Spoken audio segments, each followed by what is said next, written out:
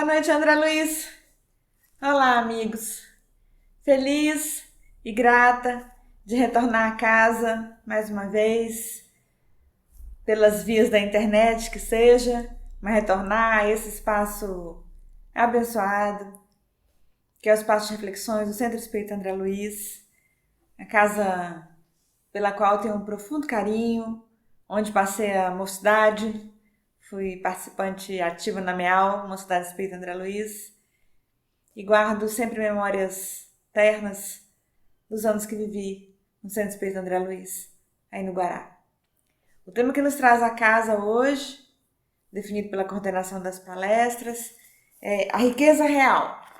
E baseamos-nos, pessoal, aqui no nosso Evangelho segundo o Espiritismo, lá no capítulo 16, né? Não se pode servir a Deus e a Mamon, no tópico que é uma instrução dos espíritos, a verdadeira propriedade. Então, no item 9, que é uma dissertação do espírito Pascal. Nesse tópico, Pascal nos traz, né, na codificação kardeciana, uma reflexão sobre o que é a nossa riqueza real. O que nós temos de propriedade real nossa?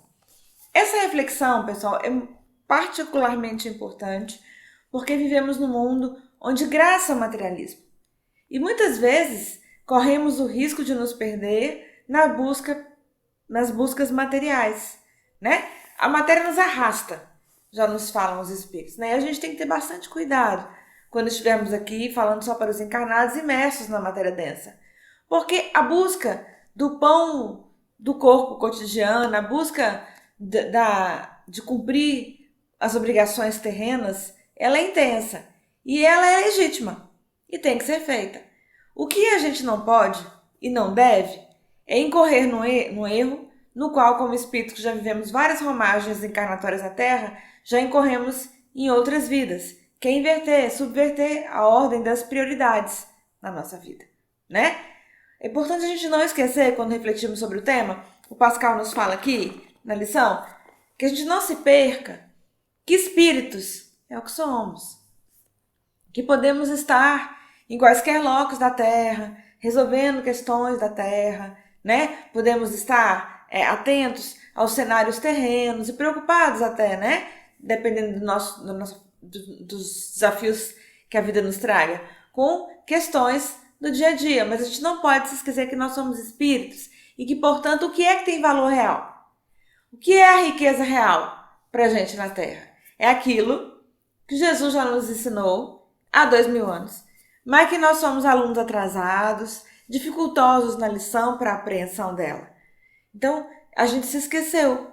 Por isso que veio o Consolador, consoante promessa do próprio Cristo para a gente, em 1857. O Consolador, o Espírito de verdade nos vem por meio da codificação kardeciana. O Consolador é o Espiritismo, esse presente prometido por Jesus. O que Jesus nos falou, que os Espíritos agora nos lembram, por meio da codificação? Que só nos pertence, e então a gente deve colocar o nosso coração para pulsar no locus onde há aquilo que o ladrão não rouba e que a traça não corrói, né? E diga-me, onde bate seu coração? Pelo que bate o seu coração, melhor dizendo? Esse aí é o seu tesouro. Preste atenção. Se nós não estamos tornando como tesouros para nós que somos espíritos coisas materiais, como se fossem bolhas de sabão que se desfazem no vento, no tempo, no ar. Se a gente não está ainda, né, após tantas vidas na Terra, correndo atrás de quimeras, né, nos esfalfando, nos desgastando o veículo carnal com queixúnculas absolutamente desimportantes. Não confundir o desapego aos bens terrenos que são passadiços, que evaporam nas nossas mãos. Pascal até alerta aqui, que por mais que a gente tente fazer riqueza, passar riqueza para herdeiros, isso tudo se desvanece muitas vezes, ainda na própria vida, aos nossos próprios olhos. Então, por mais que a gente esteja atento a essas questões, porque Marcos Evangelista nos fala lá no Evangelho para a gente ficar atentos, que nós temos que dar conta da nossa administração. Ou seja, cuidar daquilo que é recurso material à nossa volta, ter o cuidado, isso é uma atenção legítima e adequada. Mas não se esqueça de quem você é.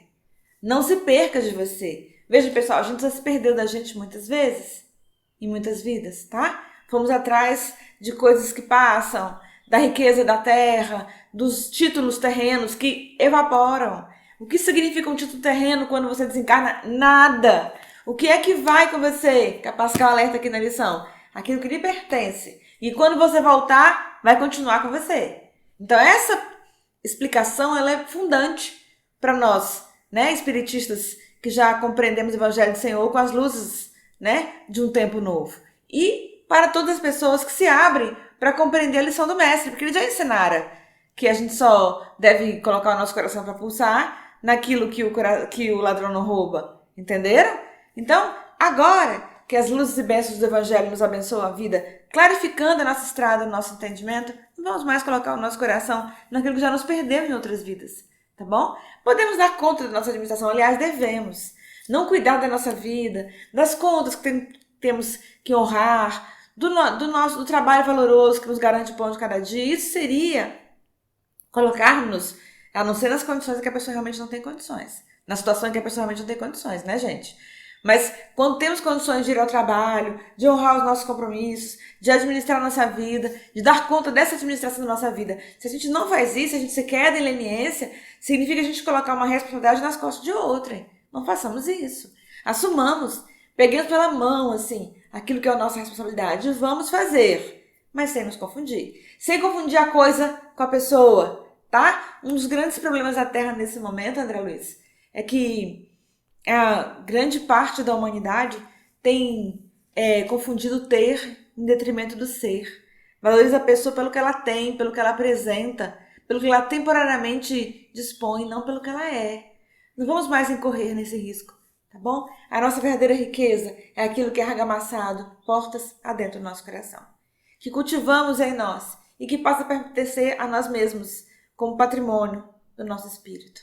Tá bom? Quando a gente deixar aqui o escafandro físico para as forças da matéria, para que a natureza revolva e transforme a nossa estrutura densa, o nosso corpo, já aprendemos com Lavoisier na antiguidade que na natureza nada se perde, nada se cria, tudo se transforma. Um dia nós, que espíritos somos, deixaremos essa matéria física.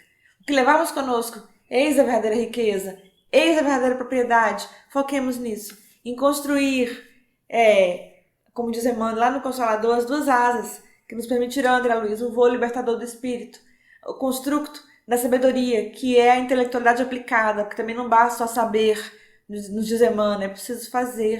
Porque quando a gente faz aquilo que a gente diz saber, a gente constrói sabedoria nos nossos construtos, né? O conhecimento aplicado, vivido diuturnamente, ele nos traz sabedoria. Dediquemos a construir essa asa e a outra, é do amor, da amorosidade. Esse sim, o patrimônio real, a riqueza real que a gente vai construindo em nós, né? E que a gente pode doar para o mundo precisa tanto, tá? Bezerra de Menezes nos alerta, pessoal, de maneira tão linda, na psicografia do Divaldo, que nos toca profundamente. Diz assim, o mundo tem tanto dinheiro, né, gente? Não tem? Tem. O mundo tem muito dinheiro, né? Mas o tanto dinheiro que tem no mundo não conseguiu acabar com o problema da fome na Terra, né? O mundo tem tantas edificações, tantos prédios, tantas organizações, né? Se estruturou de maneira tão complexa, mas isso não retirou da Terra a dificuldade de termos irmãos que se tornam presidiários, que precisam ficar alijados do convívio, porque não foram educados, não foram olhados, não foram amados, não foram assistidos, né? E Bezerra fala assim, o mundo tem tantos títulos, né? Pessoas carregam tantos títulos consigo, há várias titulações, mas nada disso conseguiu tirar da terra o problema da solidão no coração humano, né? Parafraseando Bezerra, é isso que ele diz. Nada disso, nenhum título terreno, tantas cátedras terrenas, tanto saber acumulado. Uma criança hoje, já sou eu que estou falando, daqui a pouco a gente volta em Bezerra. Tantas crianças, hoje, pessoal, sabem mais do que nossos bisavós imaginaram sonhar em conhecer uma vida inteira. Crianças pequenas já sabem. É isso que diz que o Bezerra nos alerta. O mundo tem tantas cátedras, tantos conhecimentos à disposição, tantos títulos, né? Mas nada disso tirou do ser humano a solidão. Aquela sensação de estar só no meio da multidão. A solitude, que não é um momento de pausa do espírito, mas aquele instante em que ele busca alguém e busca um amigo. Por quê? Porque não falta diz Bezerra, no mundo? Dinheiro. Não faltam organizações materiais na Terra. Não falta instrução na Terra, falta na Terra amor. Pensemos nisso, naquilo que a gente está trazendo para nós como verdadeira riqueza. Vamos em busca do conhecimento. Olha que o conhecimento nos liberta, né? Jesus nos alertava: conhecereis a verdade. Vai em busca do conhecimento. A verdade vos torna livres. Porque quanto mais sabemos, mais temos condições de decidir, de escolher para o melhor, para aquilo que é bom. Então vamos em busca do conhecimento. Mas não para a gente virar, viu, André Luiz? Estantes ambulantes. Para a gente ser aqueles que só sabem e não transformam o saber em nenhum fazer. Na pedagogia atual, virtuosa, chamada Pedagogia das Virtudes pela Unicef, o melhor saber é aquele que transforma no melhor fazer no ser. Entenderam? Porque o melhor fazer nos faz ser um ser humano melhor.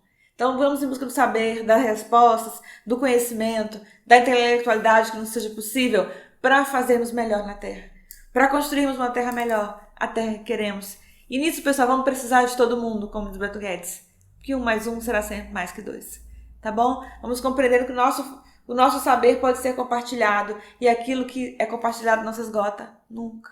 Tá? Não guarde para você o que você sabe. Compartilhe, dê, transmute o seu conhecimento em ações veras para tornar a Terra melhor. Sozinho a gente vai até mais rápido, André Luiz. Mas juntos a gente vai muito mais longe.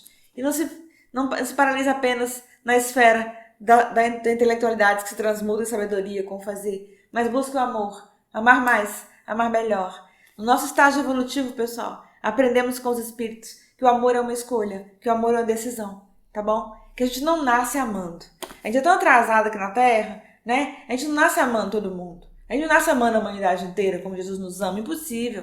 Nós somos criaturas ainda muito acrisoladas no nosso amor. Estamos aprendizes do amor, né? Então a gente ama quem tá pertinho, ama um familiar, ama um companheiro, companheira, filho, né? Mas o nosso círculo de amor ainda é muito restrito.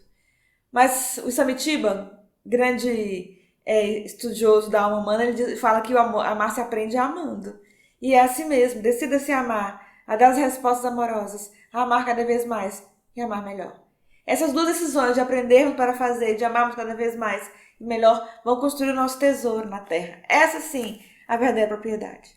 E tudo mais que nos vier às mãos, que Deus permitir por misericórdia dele que nos venha, honremos, tá? Como recursos materiais transitórios na carne. Mas honre também essa riqueza que lhe chegar, que não será sua, estará com você, como diz o Pascal aqui na lição, como tendo você como um usufrutuário, tá? Não vamos nos confundir com a coisa, vamos usar as coisas e amar as pessoas, como dizem os nossos irmãos budistas, tá? Não vamos mais confundir. Muito do sofrimento da Terra diz porque em muitas vidas a gente amou as coisas e usou as pessoas para conquistar as coisas, nunca mais, tá? Dar as coisas, o valor relativo delas, colocá-las no lugar delas, de recursos que nos chegam, usufrutuários delas que somos e que nos chegaram, pessoal, por misericórdia, tá? Lembra sempre disso, não é por merecimento. Pascal até nos alerta aqui, porque ele fala, inclusive, que há aqueles que falam assim, conquistaram, amealharam na Terra alguma riqueza, ou algum recurso material, ou algum dote financeiro, porque estudou, que conquistou com o trabalho, certo? E Pascal ainda fala, nada mais justo do aquilo que você conquista com o suor do seu trabalho, que não tenha sido em detrimento de ninguém, mas pensa que ainda assim, essa riqueza chegou até você por misericórdia. Porque se Deus não tivesse permitido, você não tinha estudado, você não tinha encontrado meios de trabalhar, você não tinha conseguido chegar no locus de trabalho onde você chegou. Então tudo que nos chega, inclusive aquilo que a gente elaborou para que chegasse às nossas mãos, chegou por misericórdia divina, porque Deus permitiu que chegasse. Honremos esse lugar, pessoal, tá bom? Então assim, aprendamos com a espiritualidade maior que aquilo que nos chega, vem para os nossos braços, para que a gente possa fazer o maior número possível de pessoas felizes. Tá bom? Ah, André Luiz, não é só pra mim, não é só pros meus, não. Não é pra me perder nas minhas paixões vãs, nas minhas ilusões terrenas, onde já me perdi muitas vezes. Não, pense nisso. Todo recurso que chegar às suas mãos, chegou porque Deus confiou em você. Para você usar esse recurso com sabedoria, para você, para os seus e para qualquer outro que vier na sua direção, tá bom? Porque na verdade a ilusão da separatividade, nos diz Pierre Weil, um grande filósofo, que montou aqui em Brasília, a Unipaz, a Universidade da Paz, um lugar lindo. Ele fala assim, que é a ilusão da separatividade que nos faz pensar assim, aqui estou eu, aqui estão os meus filhos, minha família, aquele lá não é, aquele é um estranho. Como que pode ser estranho se somos todos irmãos? Não existem estranhos na Terra. Vamos romper esse paradigma da separatividade, tá bom? Se Deus quisesse, pessoal, aquela criança que está lá na rodoviária de Brasília, ou que está na rodoviária da sua cidade, se você estiver em outra cidade que não seja a minha, na sua rodoviária também tem, infelizmente, tá bom? Essa criança que passa frio, que passa fome, na rodoviária da minha cidade, da sua cidade, se Deus quisesse, estaria debaixo do nosso teto, seria nosso filho também, tá bom? Porque não tem diferença. E seria amado igual, tá bom? Então vamos compreender que os recursos que nos chegam, pessoal, chegam para que a gente possa fazer feliz o maior número de pessoas, incluindo os nossos amores, sim, com certeza, também eles, né? É muito justo que usemos aquilo que nos chega para viabilizarmos a vida, para presentearmos, para ajudarmos aqueles que não são caros ao coração.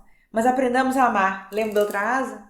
E pensemos que aquele que vem na nossa direção é Jesus que nos manda sempre. Quero lembrar vocês a história que Jesus nos narra acerca da senhorinha que colocou a moedinha no gasofilácio. Para nós pensarmos qual é a verdadeira riqueza que temos, né? Que nos pertence. Vocês lembram dessa história? Nos faz pensar sobre a verdadeira riqueza, pessoal. Jesus estava à frente do gasofilácio, né? Isso está consta dos evangelhos. O gasofilácio era o templo onde as pessoas deitavam moedas, né? Naquela época, na ignorância daquela época, as pessoas achavam que tinham que fazer oferendas para Deus, né? Não sei, o povo hebreu tinha essa visão, né? E outras religiões também tinham. Ainda hoje, pessoal, tem gente que acha que agradaria a Deus levando coisas materiais. Vejam vocês. Não esquece, tá? Você é um espírito. É a sua riqueza espiritual. E o que nós vamos mostrar para o Pai, que Deus é nosso Pai, é o nosso crescimento espiritual, né? Então, naquela época não era assim. Jesus, então, à frente da gasofilácio, junto dos discípulos, observava as pessoas chegarem e deitarem moedas lá, né, no cofre, que ficava de frente ao templo da cidade sagrada de Jerusalém. E aí, em algum momento, chega uma senhorinha e vai e deita 2 moedas apenas, né? 2 óbulos. O óbulo era moeda grega. Então, possivelmente, essa senhorinha era grega, né? Ali no seio do povo romano circulavam moedas de diversas origens, né? Ela deita 2 óbulos. Jesus explica aos discípulos, então, que aquela tinha dado mais que todos. E os discípulos tentam entender o que tinha acontecido.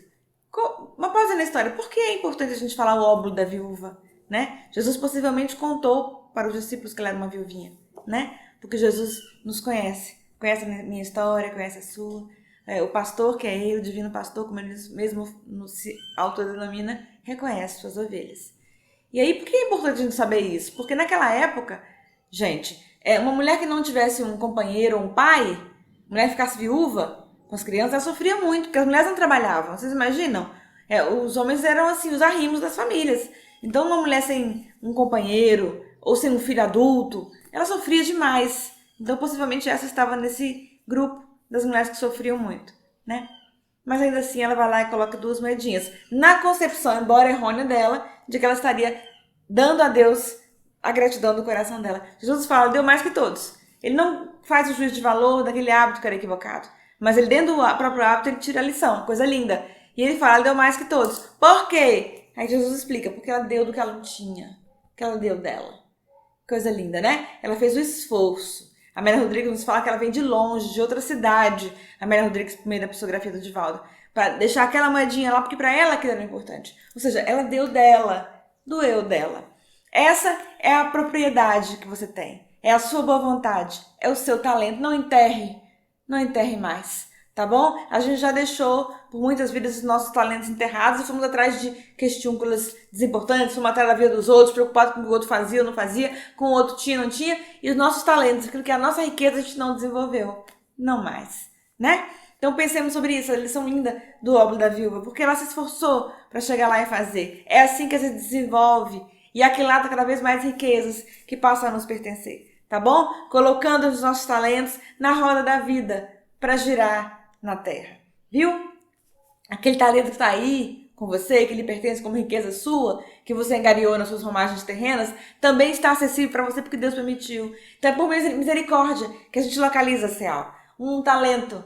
Ah, eu sei dar aula. Ah, eu sei organizar. Ah, eu sei cozinhar. Eu sei bordar. Ah, eu consigo falar para as pessoas. Ah, eu consigo lecionar, eu consigo escrever. Não encubra o seu talento.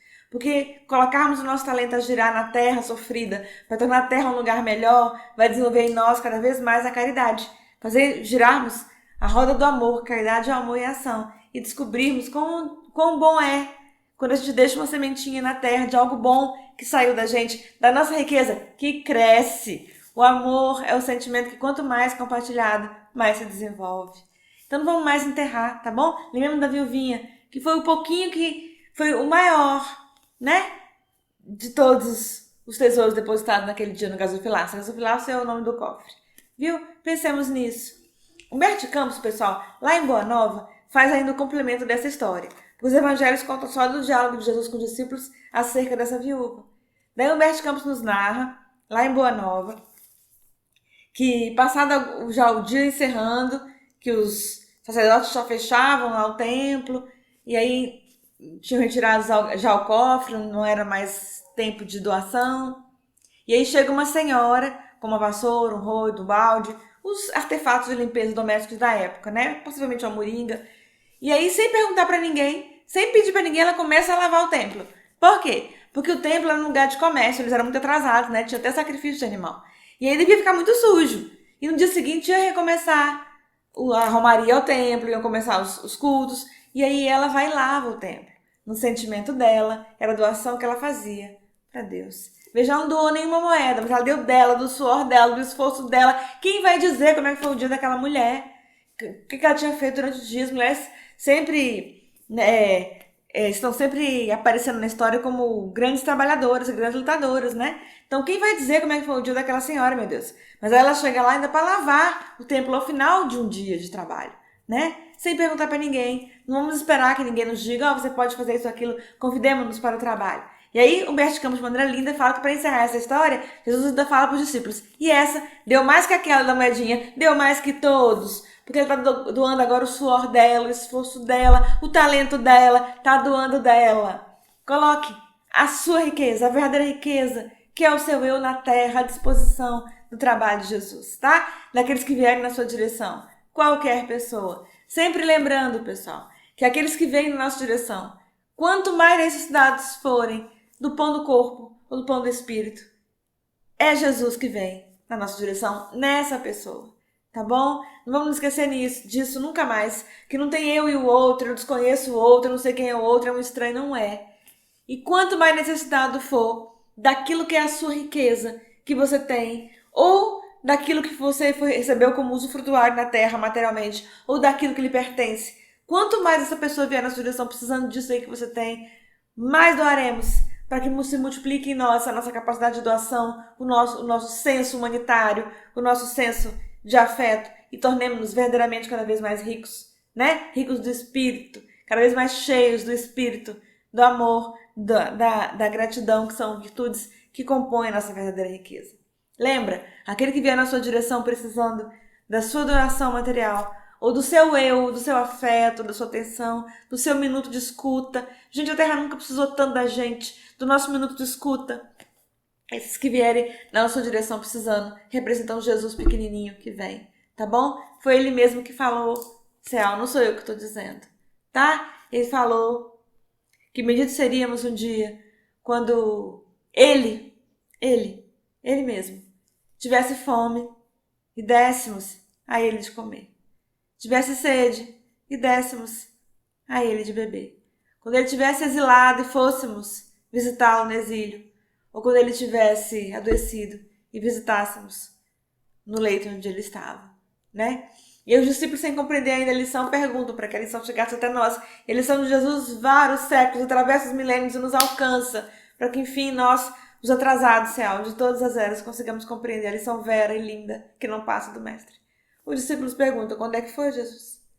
Que nós tivemos com fome e te demos, Mestre, de comer. Quando é que foi, Senhor? Que tivemos com sede e te demos de beber. ou exilado, e o visitamos no exílio, ou adoentado, e o visitamos na enfermidade. E ele fala, verdade, lindo, pra gente não esquecer, tá? Pra gente colocar como em letras indeléveis aqui no nosso coração e não esquecemos disso nunca, nunca, nunca mais. Tá bom? Ele fala, céu, verdade vos digo, todas as vezes em que fizestes a um desses pequeninos da estrada, é a mim que o fazes. Lembremos, quando a vida nos convidar a compartilhar as nossas riquezas materiais ou reais, em sendo a riqueza real aquilo que é patrimônio do Espírito, lembremos que é Jesus que nos estende a mão, né? Tá bom? Que é Jesus Cristo que está nas calçadas, nos pórticos, nas rodoviárias, que está nos lugares mais sofridos da terra, esperando o nosso olhar amoroso, o compartilhar das nossas riquezas, o compartilhar essencialmente de nós mesmos, que possamos dar de nós, tá bom? Nunca mais virarmos as costas ao outro, observarmos em cada cena, em cada olhar, em cada dia, aquilo que o Mestre quer que façamos. E se a gente tiver dúvida, aí a gente pergunta para ele. Podemos ser? Sim. Sempre perguntar a Jesus querido, dizer a ele, Mestre, diante desse dia que se abre para mim, dessa situação que me parece tão difícil, ou dessa pessoa que me parece uma incógnita, Mestre dos nossos corações, Senhor, o que queres que eu faça? E a resposta de Jesus vai nos levar sempre para um caminho de crescimento, de engrandecimento e, essencialmente, de enriquecimento espiritual, para uma jornada que nos pertence, para a qual nós somos criados por Deus, tá bom? É para esse caminho de crescimento espiritual que fomos criados, não é para outra coisa, tá bom?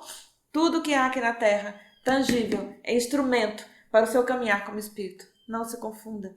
Tudo que tem na Terra, material, é apenas instrumento para que você use, transponha o cenário e avance como espírito que você é.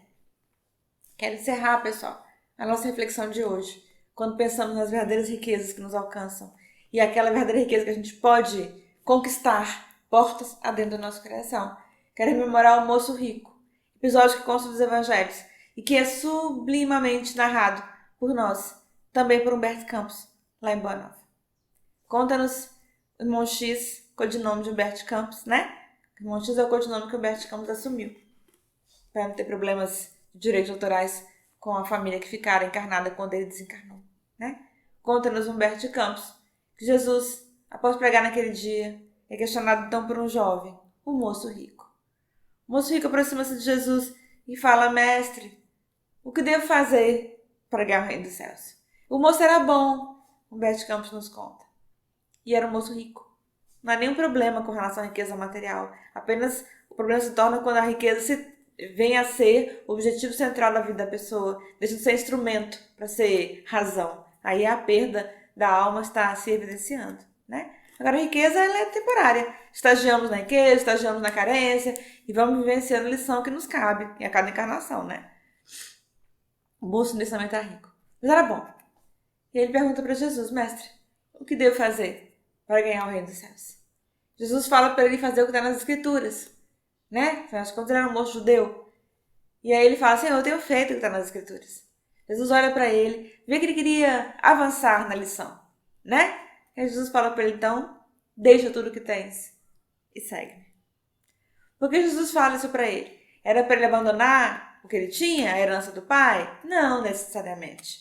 Os Espíritos ensinam aqui no Evangelho que a espiritualidade não espera que a gente abandone o recurso material, senão a gente seria um pária na sociedade às custas dos outros. Não é isso. Deixar tudo que tens é desapegar-se de tudo. Parar de se confundir com as coisas. Parar de você achar que você é o título. Parar de se confundir com o seu título. Quando alguém perguntar quem você é, não fala qual é a sua profissão. Isso aí é o que você está exercendo nesse momento. Nunca mais vamos nos confundir, Céu, com aquilo que é passageiro na Terra, tá bom? Deixar o que tem significa isso, significa usar o que tem, né? Apropriar-se daquilo que está à sua disposição temporariamente, entendendo que você é usufrutuário, mas você não é a coisa, você não é o título, você não é a posse, nunca mais se confundir, tá bom? Jesus fala para ele, então deixa tudo que tens, filho, e segue-me. Humberto Campos fala que o jovem pensa na herança do pai, na vida que ele tinha que administrar, nas coisas que ele tinha, nas posses, no que viria e não consegue. E abaixa a cabeça e parte. E Humberto Campos descreve o olhar melancólico de Jesus olhando para o jovem, até que ele vá embora e cruze o monte que havia lá perto. O olhar melancólico de Jesus para esse jovem é o olhar melancólico para todos nós e muitas vidas do Mestre para nós, quando nos confundimos com as riquezas da terra. Nós não somos matéria, nós somos espírito. E precisamos nos lembrar disso, que todos os dias o Mestre também nos convida a deixarmos tudo o que temos e segui-lo, né? Humberto Campos nos narra, ainda em Boa Nova, que esse jovem, alguns dias depois, veio a desencarnar numa disputa de biga, que era aquele carro, né, que tinha na época do tempo romano. Nós não sabemos quando voltaremos para casa. Graças a Deus a gente já aprendeu com os espíritos. Se há algo que morrer, é voltar para casa.